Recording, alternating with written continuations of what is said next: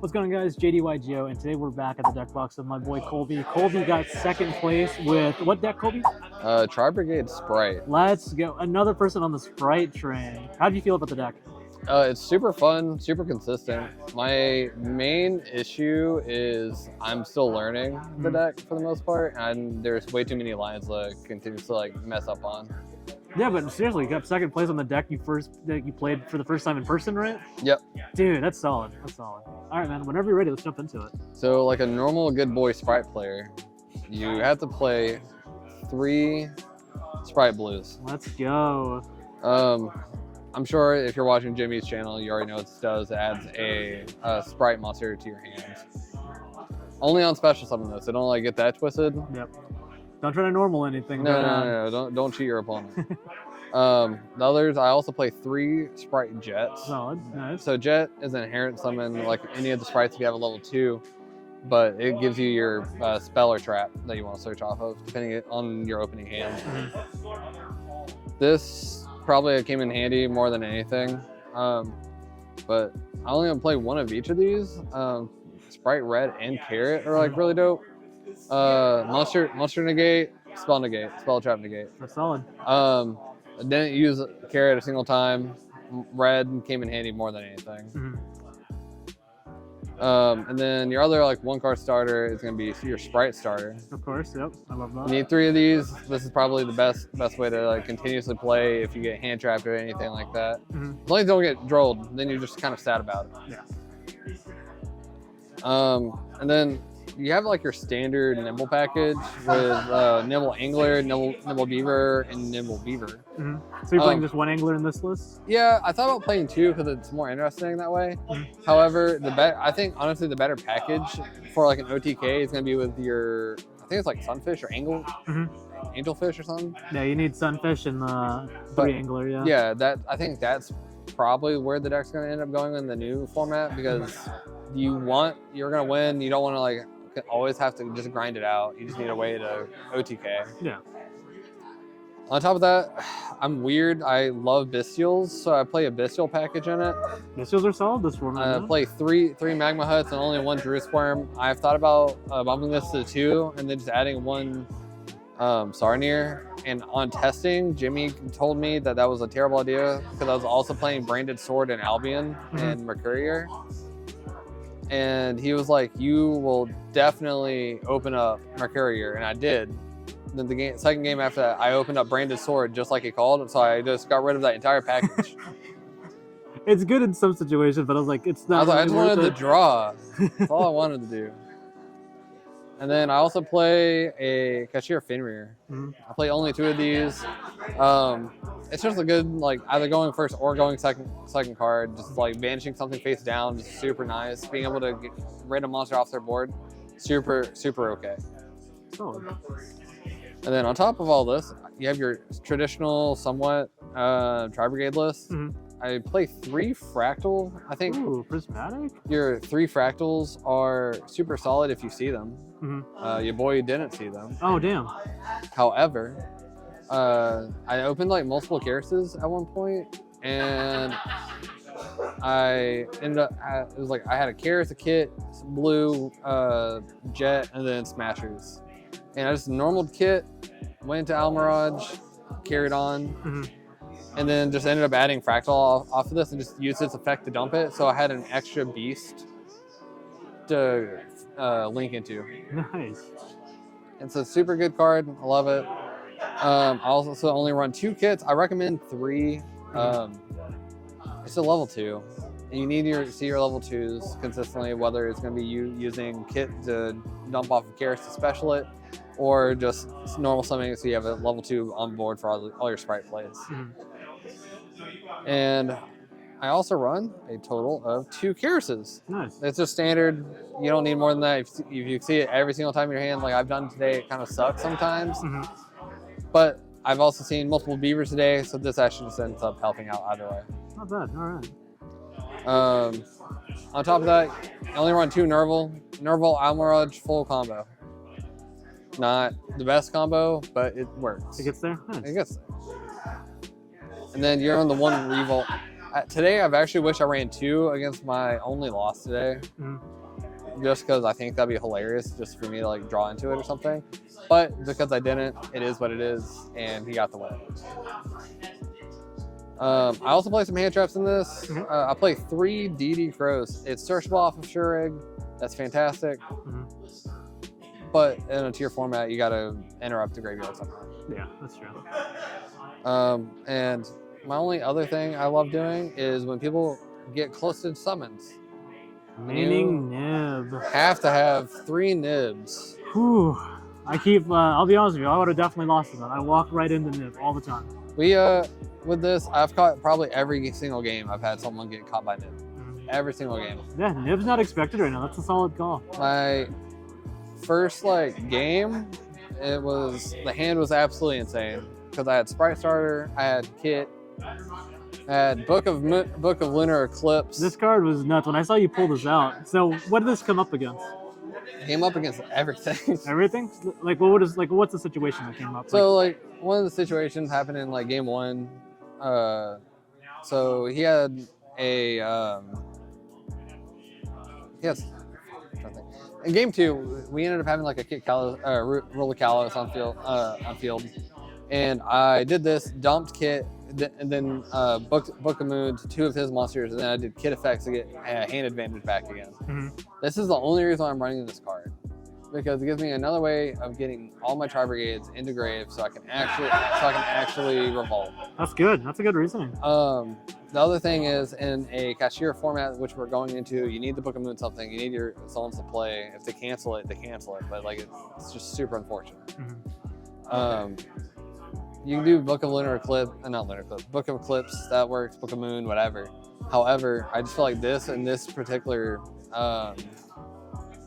deck with Tri-Brigade and everything else, and how you're reoccurring in the graveyard and consistently trying to gain advantage through that, this starts you out. That's good. Gives me all the way to Karis every single time. Sweet. Also, please pick these up as they are going up in price.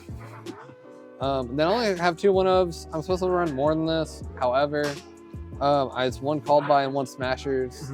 I've tested with 2 Smashers, and it's okay. I'm not like a super big fan of it. I am a bigger fan of Spright Double Cross. And that one is my fault, and I'm sorry I forgot to bring it. And that's okay. Things happen. It is what it is. So that's pretty solid. I opened Called By my game. So match 1, game 3, I nibbed, and then he activated triple tax, and in my hand, I had it was Spright, Blue, Starter, Called By, Alpha. Yeah, that was it for my hand after that. And when he fanned it out, I was like, "What are you gonna pick?" Because you have to pick your poison. Yeah. He put Starter back, which I believe was actually the correct choice, because if I don't draw into something like a level 2 or something, that's very unfortunate. So anyway, I drew into Jet. Nice. And just full comboed after I bounced a few things. Yeah, there you go. And then when he went to activate, he went to Ash me, and I Called By it. I felt bad. Other than that, we have like my extra deck is kind of weird. It's different, but your standard Gigantics, I run 2, and Kashtira, they're gonna rip one way or the other. You want 2 at least for like a grind game either way. Yeah. Specials from deck, super nice. You're gonna be locked into level 2s and you can't get nibbed. This came in today, and it was very clutch. Just for one of my opponents I knew probably had nib, and I Gigantic on my fourth summon. He didn't have an interruption, and then he just put his hand down and just said, "All right, you're good, go." That's fine. My little buddy Almirage, I love this thing. I wish this was like my French copy, but I don't know where it went. This is okay. I used it on 1 turn. I used it as a Pit Knight early activation. So I attributed this monster, chained Pit Knight early, and then early was able to negate a Stratus. Not bad. There you go. Sweet. Speaking of other Spright things, I only play 1 elf and 1 Spright. Probably not the smartest thing. Do you need a second elf, you think? I've thought about honestly dropping one of my other monsters for a second elf. That's okay. But Spright has came in clutch today. Gives us like You have multiple ways depending on your hands. Like I can dump angler and just like get my beavers like normal, or dump a Tri-Brigade.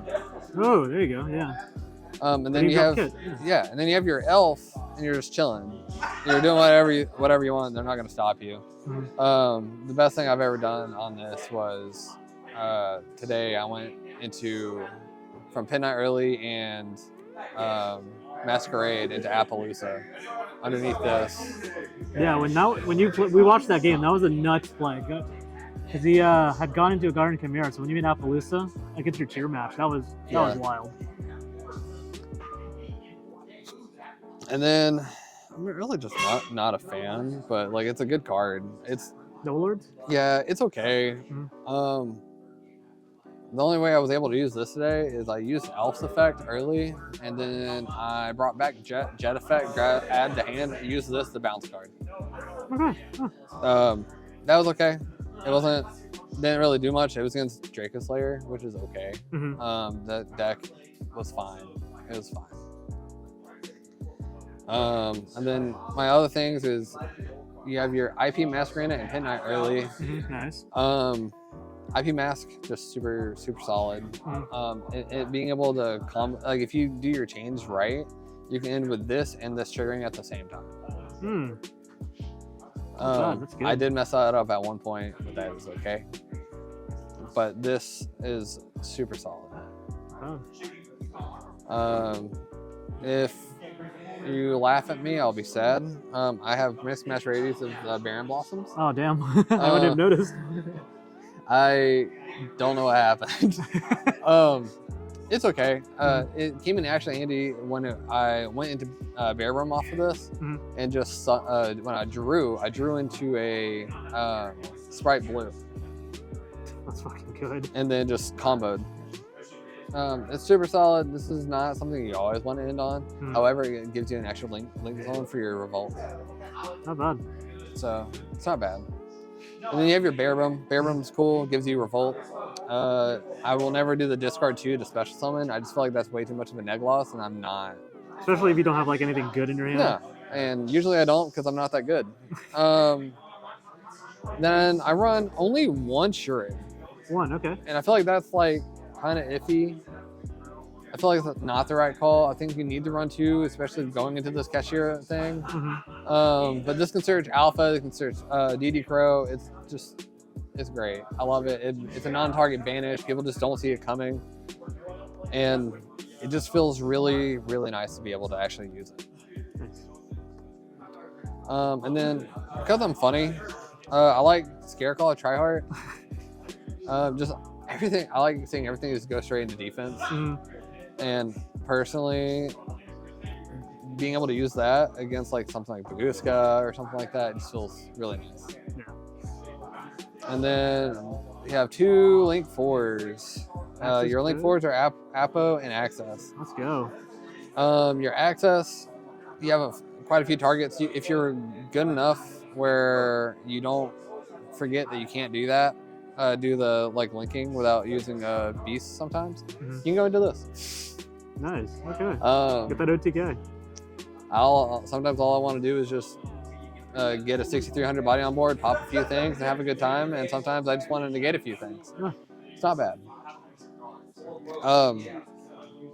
Best thing is the extra deck is like super versatile. I love this format for that because you don't even know what you're actually playing against. It's a very fun format actually. Nice.